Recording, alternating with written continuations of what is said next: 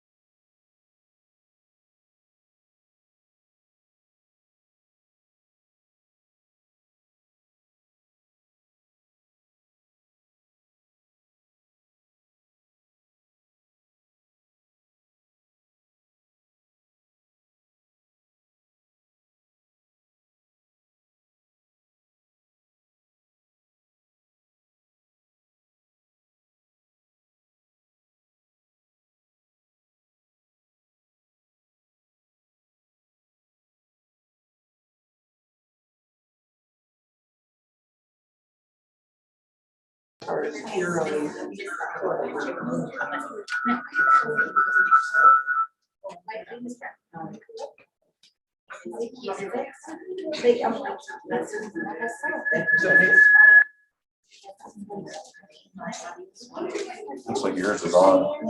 It is? I don't see it on my screen. He does get this mine was, my key isn't working, so I decided Okay, so I think I'm good, because I did my, Okay. Kathy does, it didn't join on. Yep. Or that's, I intended to. Yep. We ready? Yeah. Ready? Okay. We're going to call to order the May 25th, 2021 Competitive Edge Charter Academy regular board meeting, May 25th, 2021. If you wouldn't mind standing with me for the Pledge of Allegiance. Ready, begin.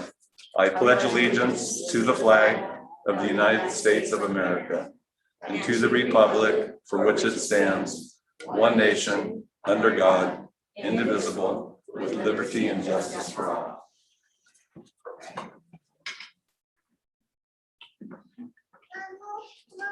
I would like to note that all board members are present tonight, including board member Ingram, who is joining us on Zoom. Thank you, Ms. Ingram, for being here this evening. We appreciate it. Item 1.04 is adopt the agenda for this evening. Are there any changes to the agenda that we need to be aware of? No, President Snelling. Okay, is there a motion to adopt the agenda as presented? So I have a motion by Board Member Coe Second. and a second by Board Member Bannister. All those in favor say aye. Aye. Ms. Ingram? Okay, and Ms. Ingram says aye. It passes 5-0. I understand we don't have any public comment, so we'll move into our recognition part of our ceremony for the CECA Educational Services English Learner Student Recognitions. And is this Miss Dr. Anderson. Dr. Anderson? Okay.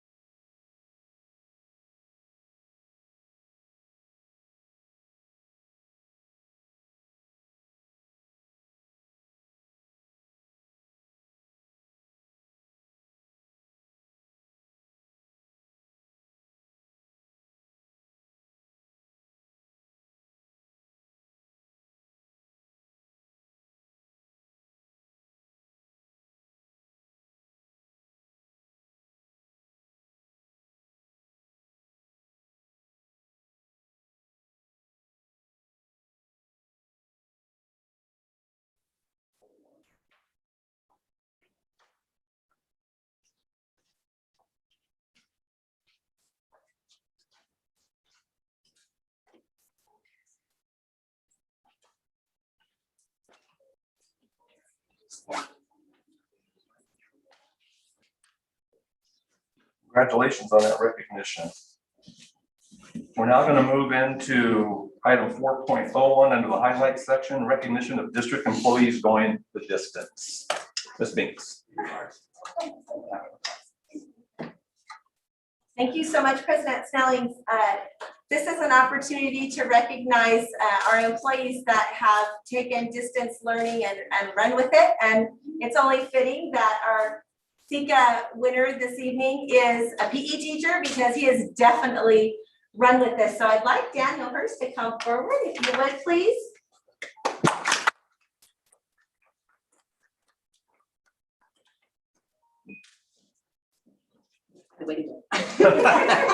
This way. You can sneak through. I'm gonna run too. Thank you.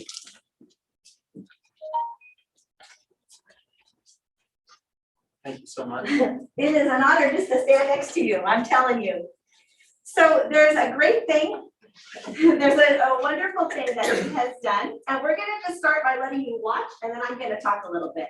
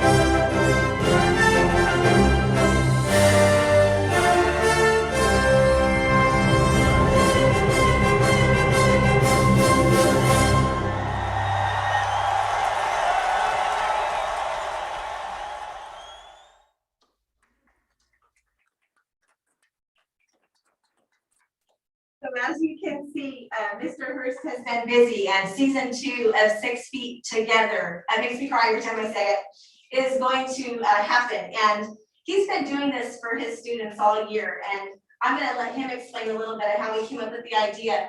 But he has been interviewing people all over our county. He's been everywhere. He's had the opportunity to share this with his students, and at a time when he thought he wasn't going to need to do anymore, or just was gonna lapse when the kids are like, hey, where's our 6 feet together? So it was really meaningful to them. It's been meaningful to us as well. As we go through this, a few slides that we have for Daniel, I just want you to understand the dedication above and beyond his teaching that he has put towards 6 feet together. And this has been something that has provided social emotional learning for his students, that during the pandemic, there's a way to still connect with people, a way to be a part of something outside, your bubble.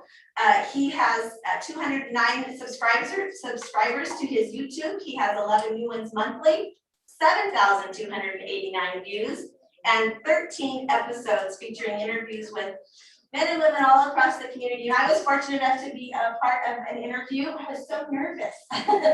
And one of the things that he did, well, you have these little tasks you have to do, like build a paper airplane and fly it. I lost. Do a little basketball hoop shoot with wadded up paper. I lost. But it was really activities that you could do just to show kids, how you bond and how you get to know one another. And the questions all centered around the IB traits. So the International Baccalaureate program was alive and well in this. Next slide. So at this time, I would like just to give Daniel just a moment to talk a little bit about his inspiration for doing this, because not only is it a clever title, but it has meant so very much. Yes. Thank you. Well, I must say that I'm totally unprepared for this, except for the speech that I wrote. So. Good advice, Joe. 6 feet together was an idea I had early on this year when I was faced with big questions from students that I didn't have the answer to. Initially, the show was a way to bring adult conversations to students and help them cope with a drastically new and changing environment. As the show progressed, I realized my opportunities to evolve to continue to meet the needs of the students. Games, jokes, and a variety of guests helped me bring a sense of togetherness to the class during a time when it was mandated to be apart. A huge thank you to all my friends, family, guests, staff, and all who encouraged me, supported, and inspired me.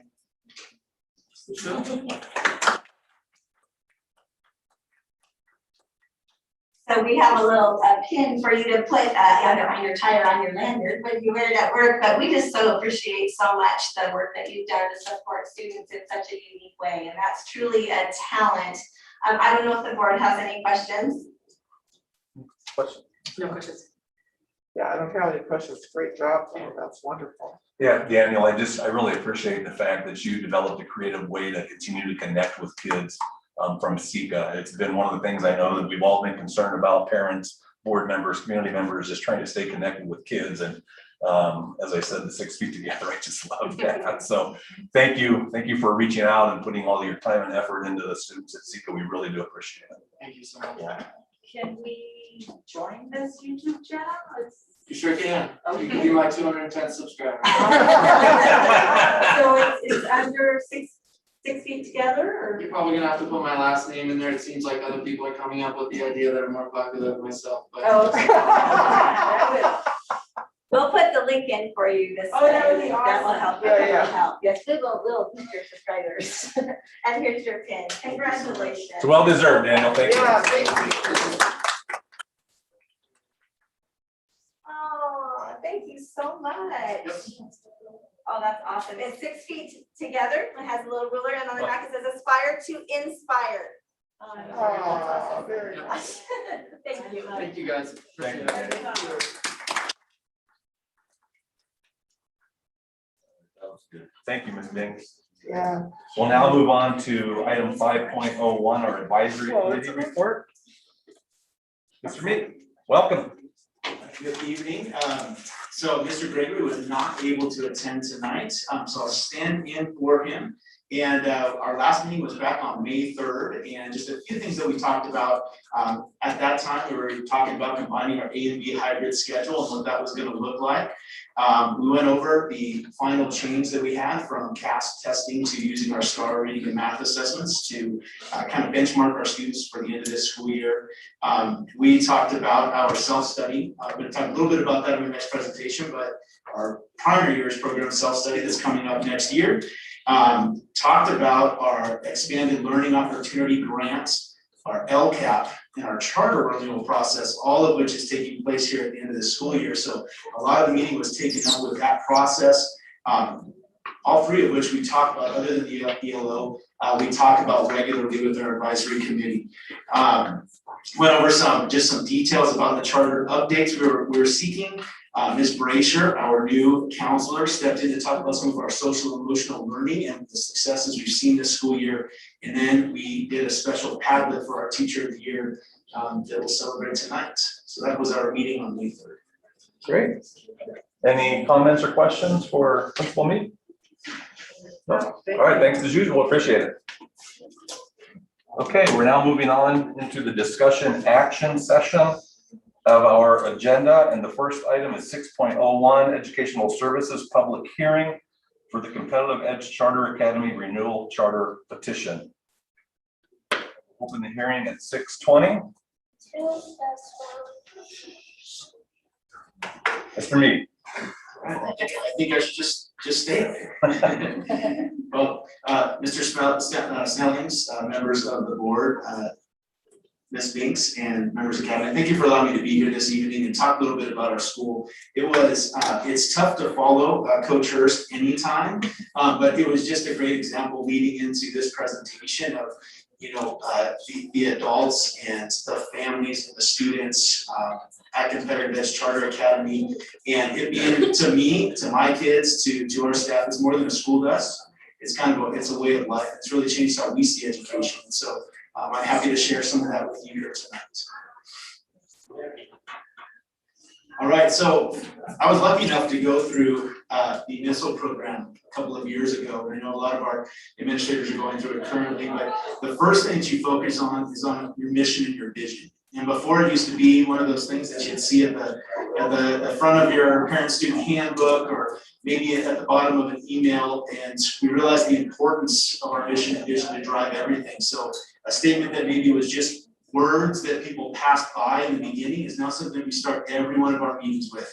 It doesn't matter if it's our advisory committee meeting, a staff meeting, a collaboration. We put this up first to make sure everything that we talk about is focused on our mission. So I'd like to share it with you tonight. At CECA, we are united by our commitment to learning. We seek to empower globally minded, self-motivated, respectful thinkers who make honorable contributions to their community. We're always assessing and reflecting using multiple measures, including data and input from our students, staff, and families. So everything we do focuses back to that, decisions we make, what we talk about, what we spend our time on. And that leads into our vision, which is really our nuts and bolts and where we want to be. We want all of our kids, 100% of our kids in reading, writing, and math to be grade level proficient by the time they're in 3rd grade. We want to make sure that 100% of our students are immersed in learning in the practice of the International Baccalaureate. And you just heard Coach Hurst talk about the fact that, even his 6 Feet Together videos, the purpose is to discuss our Ivy learner profiles and how they help people be happier, healthier, stronger, and contribute positively to their communities. So where we were, we're talking about the last 5 years. So this was about right around when I got to CECA. So over the last 5 years, what are some things that we've seen come through our school? So we've seen 3 reevaluation visits. And if you haven't been lucky enough to be part of a reevaluation visit, it's kind of like a small WASP visit for the high school, where they send out a visiting committee that it's a year-long process where they review everything you do at your school, from instruction to planning, social emotional learning, application of program requirements. And they come and visit your classrooms, they talk to your kids, they visit with your board members, cabinet members. So it's an intense process, but it's one that keeps us true to our cause. So 3 times we've had reevaluation visits. We've had the CAF system come in, the accountability system. We're fighting that response to intervention in the school day, not outside of the school day for our students. meeting staff requirements for IB-approved trainings. We began the journey of implementing our mathematical mindsets training, which we've talked about before. At the middle years program, so you'll hear me say I've gotten used to it. When I first got to CECA, it was a little overwhelming. There's a lot of acronyms and abbreviations, but PYP is the primary years program. So when I refer to that, I'm referring to K to 5, and your MYP is your middle years program, referring to 6 to 8.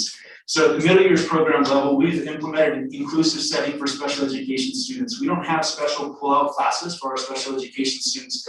They're in the general education population. And our special education teacher and aide pushes into the classroom, is actually the second teacher in the room, doing amazing things in the classrooms. We've expanded interventions and enrichment opportunities, not just for our younger students, but for our older students within the school day and outside of the school day. We use the IEPs, the interim assessments, for a CASP to prepare our students for CASP testing at the end of the year. We've invited other schools and districts to be a part of our collaborative process so that we can learn from them and work together to improve our program. We've used local resources to bring in Pro Talk sessions. Pro Talks we have throughout the year. It's an opportunity for us to interview professionals on how they became interested in their area and what education they went through, what are positives, what are negatives, what's your struggle, and it's all based in that IB learner profile perspective. So what do those mean? Diving in during our most recent visit at the beginning of this school year for the middle years program, some of the things that were, some of the comments that were sent to us. We have a culture based on respect and understanding. Teaching and learning develops the IB learner profile attributes. Our collaborative planning and reflection incorporate differentiation within our lessons. And mind you, this was in the beginning when virtual learning was just starting, as teachers were learning how to use the myriad of tools. At the beginning of the school year, they had people coming into their classes, observing them, asking them questions. So it was great to see positive coming out of that, especially for our teachers who felt so overwhelmed at the beginning of the year. We exceeded both state and district averages in the areas of ELA, math, chronic absenteeism, and suspension rates. And this is data that's based 2019, our last CASP test. So we're going to talk about what we're using now in place of that as we go on. We pulled that Tier 3 reading implement into the classroom. We looked at our Tier 2 response to intervention, what we were doing in our classrooms, how it related to what the student was going to do as they continued, and really looked at, are we being successful, or are those Tier 2 and Tier 3 kiddos getting into tiered support and not getting out? 4th and 5th grade completed the lesson study for mathematical mindsets, and this is something that we've talked about, but I want you to know this took place this year. You know, when all the other things were going on, our students, our teachers kept moving on, kept implementing our plan. On the other side, positive academic behavioral data since implementing our inclusive setting. So our students, our special education students, they're not separate, they're not different, they feel part of the class and they're rising to that challenge. We've offered 15 or more enrichments annually, including interventions in reading, writing, and math after the school day ends for our students. Over a third of our population participates in outside of school enrichments or interventions. We've used the IEPs, and I'll show you an example of our calendar. Grades 3 to 8, IEP calendars implemented so that we can talk about that and it's driving our instruction. We have Friday collaboration meetings at CECA for the whole district. So we invited everybody to come and be a part. Hey, let's talk about math. Let's talk about what it looks like in our classrooms. Who's having success? How are you having that success? And then we have things like engineering, animation, public service, medical professionals, and more that were represented during our Pro Talk sessions to bring that real life into the classroom and give students a why behind why they're learning. These are just a couple of examples of things that have been going on with our IEP calendars. On the far right there, you can see where teachers are breaking down for each assessment, how that fits into their Engage New York modules, because it's not a straight map through the curriculum that they're using. So there's a lot of extra work that goes into making assessment and data useful for our teachers. You see there the different enrichments and interventions that are open to our families at the beginning of the school year to sign up for and get their kids involved and connected to school. You see our advertisement for the Pro Talk sessions that take place throughout the school year, and students drive those questions. So we introduce who will be speaking, and the students come up with the questions. We've done it virtually, we've done it in person. We find a way to bring that real world in. So reaching out to, we want to hear back. We think we're doing, good things, but we want to reach out to our stakeholders. What do they think? How are we doing? And so we did that a few different ways. we used the survey process. We surveyed our 5th and 8th grade students. We surveyed our family community. We surveyed our certificated classified staff anonymously so that they could say what they truly felt. And we got information that we knew but allows us to continue our mission with our stakeholder feedback involved. So teachers, certificated staff, everyone, a commitment to professional development. And that's that lifelong learner that we ask our students to be, committed to professional development. We want to continue to provide those enrichment opportunities because we don't want the school day to end. I told people the best thing that could happen is the school bell rings and no one leaves. They stay and they stay connected to school and participate. Continued opportunities for families to engage in the realm of the IB. Talk to families and you explain this is why we do what we do. But we want to give them opportunities to connect more often than just at the beginning and the end of the school year. We did these a lot of different ways. We have parent universities where we bring in families to do things like how do kids learn to read? How can you support your student at home with their reading? Mathematics, Common Core math, what are things that you see at home that are confusing to you? Let us walk you through that. We had IB nights, we had social emotional learning nights where we explained what to look for in that transition from elementary to middle school, things to be aware of. So just different ways to bring parents on our campus, families, under different pretenses than just award ceremonies so that we can learn together. We talked about providing opportunities for our instructional aides to receive training for those inclusive classroom settings when they're pushing in and supporting our special education students. We talked about the importance of student and family service to the community. We recommend a certain amount of time spent contributing some way to our community, but just reinforcing that as we come out of this pandemic year, reinforcing the importance of that and how it teaches ourselves and our kids that there's something bigger than us. And it's important to take the attention away from ourselves to help others. And then continue to offer opportunities for social emotional learning as much as we possibly can. Stakeholder feedback continued, more classified support. We talked about building community relationships to develop leadership skills. And that's that pro talk, continued pro talks, bringing in members from our community. Implement that RTI program for math. We have RTI reading going right now. We're finding success. We need to provide the same for mathematics. Need reading intervention or guided reading materials. We need to update our materials. Social emotional teaching materials for all teachers to be a part of it. We've seen that this year with Second Step, with Character Strong. We need to continue to make the teacher a part of that social emotional learning, not just the counselor. Continue to provide that full-time counselor and provide events. I love this comment. A parent said, provide events that match CECA family various heritage so other CECA students can learn. This will help to develop globally minded students. So I love that comment from a parent. So as we continue forward, just kind of a visual of the keywords analyzed from those different surveys that we just talked about. But you can see the graphs there. What was most important? You can see that big incline for social emotional learning across the board. We see that now. We've seen throughout the year the struggle that our students, our families are dealing with. So now that we have that feedback moving forward, where we are now, but now we got to go forward. So here's where we're going. All right, so we've already talked about this, but I really want to, I sit at home and I tell my staff all the time, we've only started the mathematical mindset approach. It's going to bleed into everything. It's this idea that it's more than standards. We need to provide context for our students' learning. We need to see things as concepts, not individual standards. And we have to make the leap to it. We can't just talk about it, and that's hard to do. Looking at a standards list, you can get very overwhelmed. We have to start seeing things in concepts because that's where the learning starts. We're preparing for our actually fourth now reevaluation visit. Sorry, Mr. Lynch, did you go back to that last one? I think I spoke too long on the first bullet, sorry.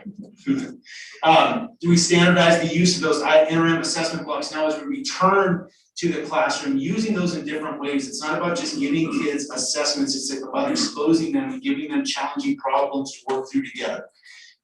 Reviewing our response to intervention data. We can't just We have to analyze constantly the data. Is it working or are kids getting stuck?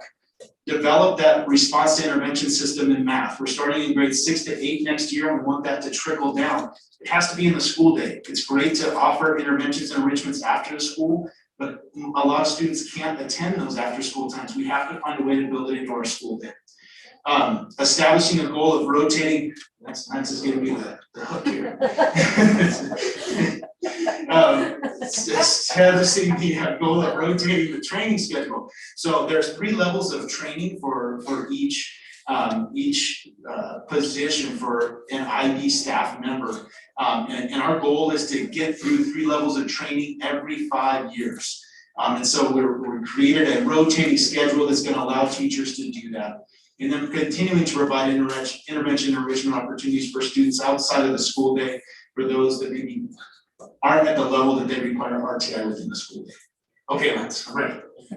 Sorry. That's all right. So just looking at this data now, this data again is, the last time that we had CAS data was 2019. So you see here that our data we had over the 3-year period, we had a little dip there toward the end, but overall students were doing a good job responding, and we can do better. We can do better and commit to do better. And the thing is, I don't know if you guys, I know you have, you've talked to a lot of teachers, but they take test scores, they take data seriously. And when things don't match the effort that they've put in, the word offensive is not the right word. It hurts their feelings, hurts their hearts. They've committed a lot. So no CECA teacher, no matter what these numbers would be happy with them. They're constantly striving for more. Continue data from 2019 being the last piece there, just some of our subgroups, our numerically significant subgroups. We're seeing growth almost across the board, except for one area down there at the bottom where we had some great growth in year 2 and we saw a dip in year 3, but for the most part seeing growth across the different subgroups. And now that data, maybe from 2019, this year we're using our STAR data, STAR reading, STAR math. You see on the far left there is early literacy grades, kinder and first. These are initial, this Thursday is our final day for assessment, but you can see that, during a pandemic year, there's a lot of fear in how kids are doing, how are they learning. This is the most recent data from 3rd grade. Remember, our goal is to get to that 100% mark, reading, writing, and math, and you can see here, we're at about 80%. The green and blue is grade level or above. So in reading and math here toward the end of the year, we're approaching that 80% mark. We're not to 100% yet. We have growing to do, but in a pandemic year, there are things to celebrate and places to start. And where are we now with International Baccalaureate training? In the last 2 years, 20 teachers have gone through International Baccalaureate training, subject-specific training, coordinator role responsibilities, exhibition, which is the culminating project for 5th grade students, special education policy development, assessment policy specific training, uni creation specific training.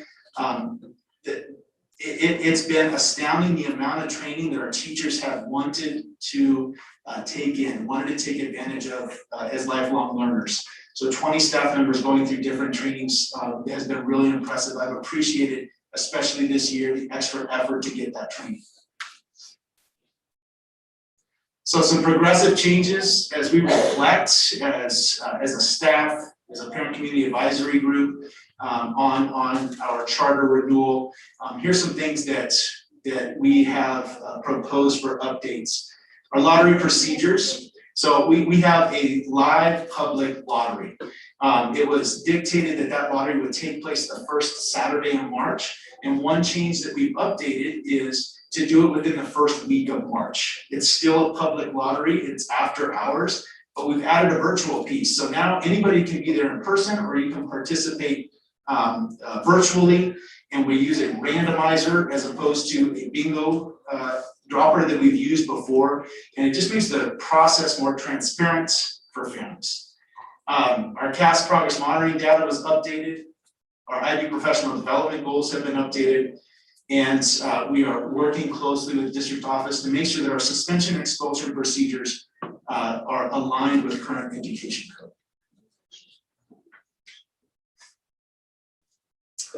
Finally, our next chapter. So living our mission consistently. So using our leadership and advisory committee to drive change. Continuing to provide opportunities for that IB training. Provide collaboration opportunities that also include time for unit reflection. Using our cast and STAR data that guide our instruction and collaboration topics. Providing our English language development. This is a big one for us. Our EL population is small, and we've been addressing them actually in one-to-one and small group support. But it hasn't been consistent wraparound opportunities that we need to go back to the drawing board for our teachers and make sure that those differentiation techniques are happening across the board. We need to make sure that everybody is doing what needs to be done within that school day. A big kind of light bulb for me is making sure that things are happening in the school day as often as possible. Continuing to provide an inclusive setting for special education students, and we want that to start to trickle down into our PYP levels. Reaching our CAS data goal of increasing positive distance from standard areas of ELA and math, continuing to grow on those end of year state tests. Continuing to grow connections we have with our CECA families. Transparent communication. You guys, we've talked about our Instagram lives. We've talked about different opportunities families have to come in and be a part of our campus or using our Remind account or being part of Instagram. Continuing that communication piece. Working toward consistent messaging for our families. Think about, we think about our English learners and growing that population and realizing that there's barriers out there that we aren't taking the time to think about. One example would be having an ad in the newspaper for open enrollment. But if they're not looking at a newspaper that is written in English and seeing that, then we're not reaching them. And that's a barrier that we weren't thinking about. But addressing those barriers. Increasing all stakeholder understanding of what the IB really is. What are the components? How can you support those components at home? Providing those parent university opportunities, providing collaboration opportunities to include that unit reflection and feedback from our teachers. That was a lot of information, but I thank you for allowing me to share a little bit this evening about our school, and I'd just like to open it up for questions. Board Member Coe, any questions? No questions, just a comment about your parent universities. I think that is a wonderful program. I'd like to see a little bit more about that, actually. Good job. Board Member Miller? You said something I really liked. In a year of the pandemic, there's things to celebrate and places to start. I appreciate that. There are a lot of things to celebrate. You can just see that. And yes, places to start, but it's definitely a lot of things to celebrate. I appreciate that. So. Board Member Bannister? Yeah, I would just add, congratulations to your whole team for, doing such an excellent job through difficult times. You're always impressive, but it's especially impressive this year. Let's see, Clerk Ingram, are you available? Do you have any comments? Thank you. No, I appreciate the presentation, and I think CECA has always been in great communication with its parents and families, and I think that's one of the things that makes it so successful. Yeah, we're having a difficult time, Patty. Sorry. You can't hear me? No, there we are. Now we can. Okay. I didn't change anything. I was just going to say, I think the one thing that always makes CECA so successful is that you do have great communication with your parents and involve the parents in so much of what you do on campus. And I like to see that as a continued focus with the school, because I think that's a very successful part of it. Thank you, Clerk Ingram. And Joe, I'd just like to tell you, Mr. Mead, that I know this is a Herculean effort to put this charter together, and I know it's a lot of work. And going through the document, it's obvious how seriously you take it, and it's something you have to do every 5 years, but it's a living document. And so you treat it as such, and I like the fact that you reference Stephen Covey and Richard Dufour in your document as kind of a springboard.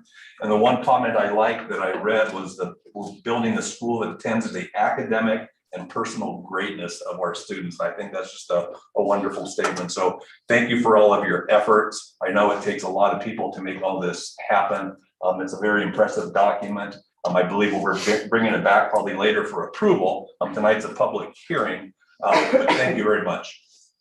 I appreciate that. You know, I have to say, Mrs. Heddick, who I know is here, and Mrs. Bluth, and Mrs. Anderson, and everybody else, I should not get that kind of praise. There's so many people that help me so much, so thank you guys too. Okay. Is there anybody else who would like to comment regarding the CECA charter petition? Okay, so I think I did open up the hearing, so I'm going to close it right now at 6:45. Thank you, Joe. So now we're going into item 6.02, the expanded learning opportunities grant plan. Mr. Meek. I just realized I missed the belt loop, so everybody has to see me the whole time, you know, I missed the belt loop. I wasn't going to say anything about it. So, thank you. It shows you're not perfect, I feel reassured. So, all right, the expanded learning opportunities grant plan, what, you know, a lot of blessings have come out of this school year. It's given us a lot of opportunities to really learn, and I've said before that I think, you know, the tools that we've learned how to use and kind of the resilience that we've learned throughout this year is truly going to make us better going forward. And so the expanded learning opportunities grant, the purpose is to provide that supplemental instruction and support to students to try to make up the ground we may have lost over this last school year. And the targeted groups, you see a large list of students there, but we're talking about kids who have truly suffered educationally and socially and emotionally during this time, fall under the use of these funds. So let's look at how we're using these. So we don't do anything without input from our stakeholders. And so once again, you know, coming together and using surveys to see what is important to our advisory committee, our leadership, our families, our students, was step number one as we planned how we were going to use this funding going forward. So similar to what we've heard, our stakeholders want an opportunity to collaborate. It's hard to take time out and get together and talk about what's working and what isn't, but it's vital to moving forward successfully. So we want to make sure we provide that collaboration opportunity, that we provide continued enrichment and interventions. I know that you guys have been able to visit school sites and you've seen kids are just beaming. They are so excited to be part of school, and any extra opportunity we can give them is vital. So continue to provide enrichments and interventions, continue to provide that social emotional learning for our students. And that comes in a lot of different forms. It comes from small group and one-on-one counseling, but it comes from just like learning in context and conceptually. And so things like 6 Feet Together and what coach does in class, I invite you to go watch one of Coach's PE classes. There's way more than PE going on in there. It's all about social emotional learning. And that's why a coach can have 50 kids show up to an online PE class, because there's more than just PE going on there. Support students individually in addressing their identified learning loss areas. And that comes with that STAR reading and those STAR math assessments to start, and then move forward and continue to progress monitor. We continue to improve access to technology to support that learning. Really gives us an opportunity to formatively assess students and to provide differentiation. So here's a breakdown. It's a little over $400,000. A lot of that money is going to our Summer Jumpstart program.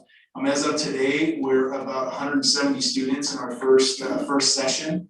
Starting to trickle off as we go into sessions 2 and 3, but I have a feeling that as fatigue from this year starts to wear off, that there's going to be opportunities to grow that second and third session, especially the third. So we've invested money in bringing back our teachers and our aides, our paraprofessionals to support our students during the Summer Jumpstart program. So we're excited for that.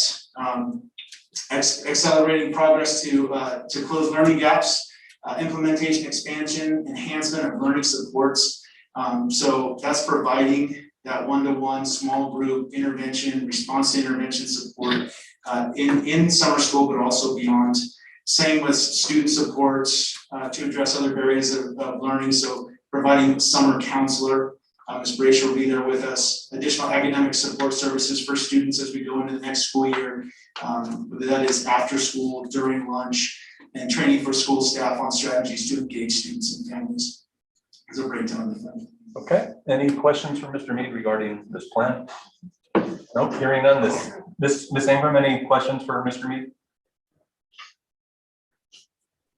No, I'm good. Thank you.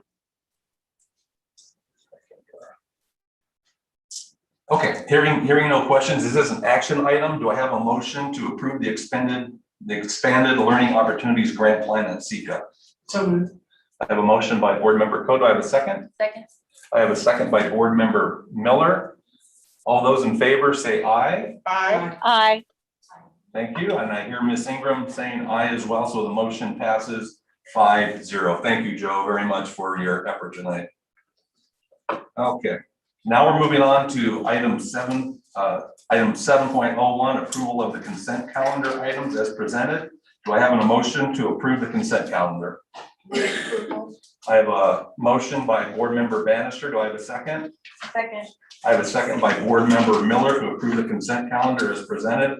All those in favor say aye. Aye. And Ms. Ingram, I'm assuming is saying aye as well. Yes. Now, yeah, thank you, Patty. Now we're moving on to item 8, board superintendent communications. Any additional administrative information, Ms. Binks? No, not to see. Okay. Any other board comments this evening? Okay. Hearing none, we will adjourn the board meeting for Competitive Charter Academy at 6:50. And I apologize, folks. You can see we are running a little bit behind, but it was important that we did hear this information from CECA, and we appreciate it, Mr. Mead, and we have to reset